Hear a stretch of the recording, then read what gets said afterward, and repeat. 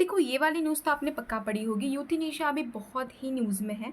देखो, यूथेनेशिया मतलब होता क्या है कि इच्छा मरण, यानी कि पेशेंट अगर ऐसी स्थिति में है जहाँ पे उसको लाइफ सपोर्ट देने के बावजूद भी वो उसकी हालत अच्छे से नहीं हो रही है, तो उसको यूथेनेशिया दिया जाता है। उसमें भी 2 टाइप है, पैसिव और एक्टिव यूथेनेशिया।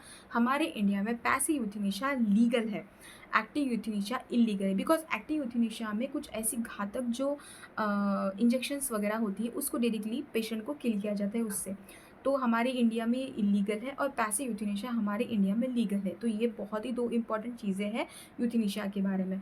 उसमें भी अभी जो अपेक्स कोर्ट है ना हमारा, यानी कि सुप्रीम कोर्ट है, 2018 में उन्होंने 2 चीज़ों को उन्होंने अपहेल्ड किया गया था। पहली चीज़ थी पैसिव यूथेनेशिया और सेकंड चीज़ थी लिविंग विल।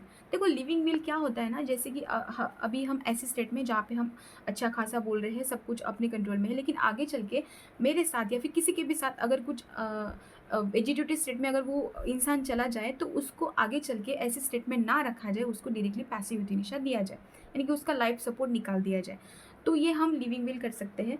इसको अभी मैजिस्ट्रेट की भी ज़रूरत नहीं, हाँ पहले थी लेकिन अभी नहीं, अभी हम किसी भी गैजेटेड ऑफिसर से ये ले सकते हैं। ठीक है, तो ये 2 चीज़ों को 2018 में ही इसको अपहेल्ड किया गया था, लेकिन अभी पहली बार जो 13 साल से एक पेशेंट थे, वेजिटेटिव स्टेट में थे, उनके मतलब वेजिटेटिव स्टेट मतलब हाथ पैर काम ना करना होता है, कुछ भी अपना कंट्रोल में रहता है, कोमा लाइक सिचुएशन हो जाती है जहाँ पे पूरी बॉडी पैरालिसिस हो जाती है, तो उसी को बोलते हैं वेजिटेटिव स्टेट।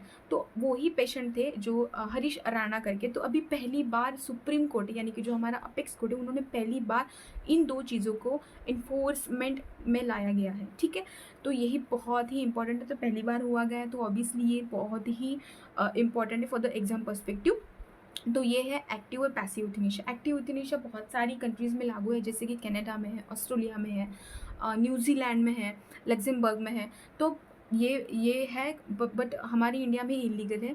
तो हमारी इंडिया में passive euthanasia, other countries like USA में भी पैसिव यूथेनेशिया है।